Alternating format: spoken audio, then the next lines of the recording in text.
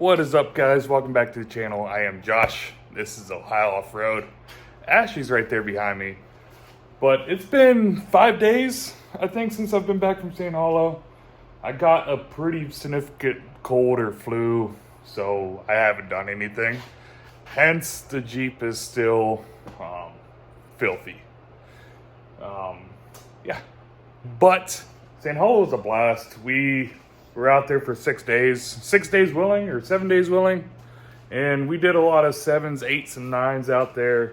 We did have data as easier. We did Torkerville Falls, but the rest of the time, we were beating this Jeep up. And we found a lot of weak points. And these are kind of weak points I've known about. This Jeep was kind of intended, when I first built it, I thought it was, I'm getting, more of the best stuff that I could on it. But I'm learning there's some issues with those things when you go out to Sandhollow. Now, if I were to stay on the East Coast all the time, we never had really too much problems. We break a couple things here and there, but Sandhollow definitely tells you, what is wrong and what needs upgraded. So this thing has to go through some upgrades. But first, let's show you all of our damage that I did during that 6-7 days wheeling. So the first thing that we did was rip this in half. So what this is, it's upper control arm mount on, I think it was the driver's side. There's a lot of binding in this suspension style that we have. It's double parallel 4-link, and needless to say, I think it's about time for that to go. We've ripped 3 of these now, maybe 4. So we ripped, I think 3. I think it's been 3, but it's now between these mounts we break and off of the axle tubes. So, needless to say, the double parallel 4-link up front is a hindrance for what we're trying to do, and I'm tired of replacing these. It's nothing with the company's fault. I reached out to the company the first couple times it happened. They said there's some binding in the suspension, and that's why it's happening. And they will send me this whole piece free of charge without any questions on it. And we had a spare, so luckily, because this has happened in the past, luckily I keep a spare on me. So the very first day, I think it was the second day it happened on the trails, we went out to our buddy Pete's house, who was an absolutely awesome guy, and we got that all taken care of and a new one put on. But I'm sure it's probably going to be another one's going to go. So let's show you the second thing that we had an issue with. Alright, so the second thing is back here. And I think this one actually hurts more than the other thing, just because this is a true problem. So if you guys can get back there and see it, see that bolt that's sticking out? So that bolt isn't really a problem, the nut didn't back out. Let's just put it that way. So it's not because I didn't check it for tightness or anything like that. I did go over all these things before we left, but I'll get down there and show you guys. All right, so I'm down here. There's the control arm. Hopefully you guys see it. Yep, right there. And there's the bolt. And you can see the ears spread out, which that's a problem. But here's the other side of the bolt, the flag nut and all that stuff. Here's the flag nut, and it goes up in there and it bolts in to that stud. But the problem is that bolt just sheared right off. So that's a significant problem. I'm surprised it didn't take this mount. I'm surprised it didn't rip the mount there or on the axle tube. I'm surprised it didn't take those mounts off, but it broke that bolt. So that's more binding problems and things we need to change. So we have serious binding issues in this suspension when it's, when Sandhollow, you're always three-wheeling, you're always lifting at a tire, especially when you got 12-inch coilovers or 10-inch coilovers or probably 14s too. Even Jeff with his 16s was lifting tire every now and then. With that, you're putting all that strain on your suspension, and double parallel suspensions, they're going to bind. No matter how you get them set up, they're going to bind. So I think here soon, don't know when, it might still be a year from now, but I think we got to go 3-link in the front and a triangulated 4-link in the rear. Which that triangulated 4-link in the rear is going to be a big undertaking just because you have to move the gas tank. So that's going to be something else that we have to work on, especially if I go to Sandhollow again. Like out here it works fine. We really don't have many issues because to me, the trails out here aren't as bad. The trails out west, I'm sure gonna get a lot of crap for this. I think the wheeling out west is harder and it's better. The wheeling here is you hold a line, you put your foot in it, and you hope you hold that line. So there's no technical wheeling out here to a point. Everything's just sliding all over the place. Over there, if you're off the line by a couple inches, you're gonna put it on its lid. Or out west, I guess. But here it's just kind of whatever. We've ran the hardest trails you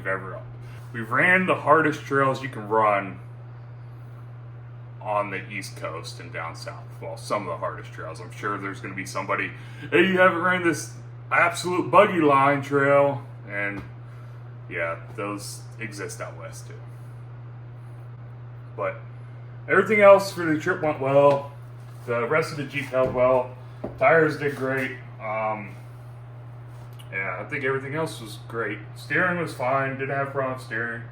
I was really worried about having a problem with steering, but that went well. It's just a suspension. So we got to upgrade all of our suspension here in the near future and maybe get some longer shocks too.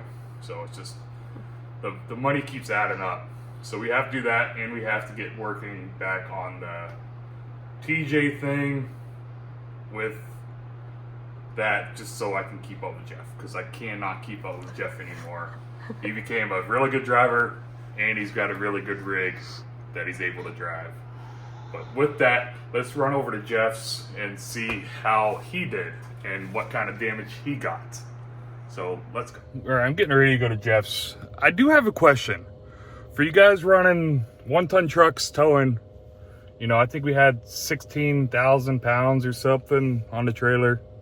What are you guys getting for MPGs? Because we got roughly like 9.5, 10 miles per gallon. So leave me a comment what you guys get. This is a 2017 Ram 3500 with the diesel.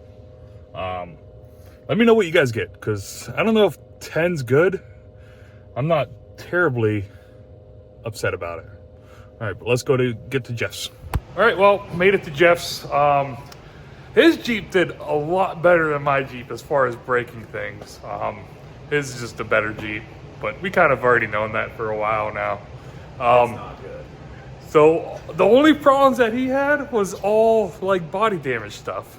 That's all it was. Like everything else worked fine, and there was no mechanical breakage, just broke body stuff. So we'll show you that. Oh, that was joint effort. Joint effort, yeah. When we were climbing. Yep. The only thing on that trail was I put this window in the rock.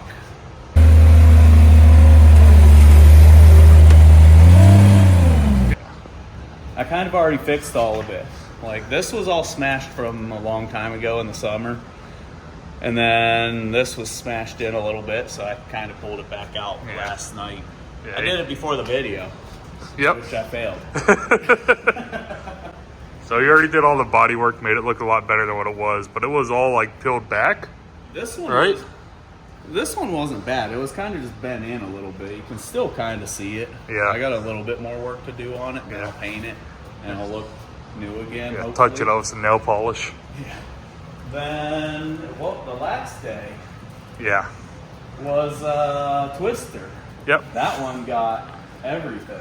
So this was the one that was sad. The mirror. Yeah. It was sitting out here, which I replaced it with the other one now, so I need new mirrors. But it hit, and instead of spinning it on the tube, it just smashed it. It bent this screw really bad, and then just cracked everything. Yeah. Oh boy. All the years of bad luck now. Yeah, lots of bad luck. Then it was that wedge, right? Yeah, it's all Where I got that big twister wedge. What's that? Yeah. So then it got into the window frame on this one and just completely smashed all of this. And again, I did all the work to pull it out already. I suck. Because we've been back for 3 days or 4 days now, and Jeff can't let stuff be. Then just the last little bit of it was, it got into this, which it took some paint off, and then hit the roll bar. Oh yeah, I forgot all about the roll bar taking a hit. Yeah, that was the only damage I got from the trip. Yep, much better. I need a front drive shaft really bad, like a 2-piece drive shaft, because We'll show you guys that. and it's been bad for 2 years, So like real bad. So he has this part of his drive shaft. It's been connecting with this piece.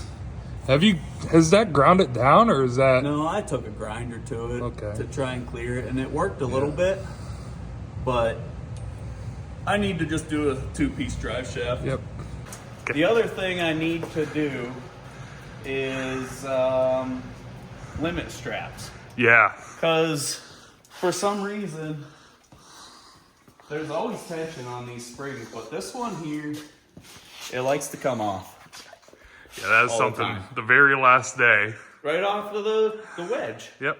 After I did that, it just popped this thing up and The spring came off of it. The spring wasn't seated anymore, and we had to ratchet strap it in. Yeah. Yep. So that was it. Yeah, that's not bad for a whole week of wheeling in Sandhollow. Some body damage and a spring. And that's why his Jeep is way more capable than my Jeep, especially when you start to talk about more technical big flex wheeling, because it doesn't break. It doesn't have the power to break anything. And there is no binding in the suspension like there is on mine. Yeah, the binding is a big thing Yeah. out there. If you there's so much flex there Yep. that if there's binding, it's gonna break something, and that's what we saw. Yep. That's Twice. what happened with me. Got him twice. Yeah, a broken control arm and a broken bolt. Yep. So we gotta start doing something to make ours more capable, where it's not gonna bind and break stuff all the time, and to let it drop out more. So I don't know when we're gonna do it, but I think it might be time to triangulate 4-link the rear on ours and a 3-link in the front, and then I'll take care of the binding, and then maybe get some longer shocks. Then we can maybe keep up with Jeff. Probably not still. All right, guys, but that's it for the video. Sandhollow was a blast.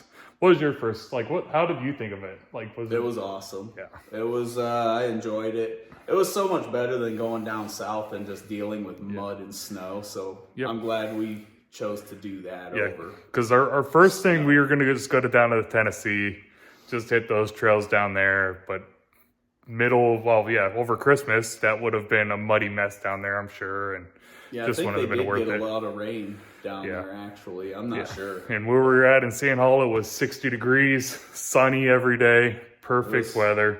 Hardly any clouds. Yeah, no clouds in the sky. In the morning, it was a little bit cloudy, and at night it's cloudy.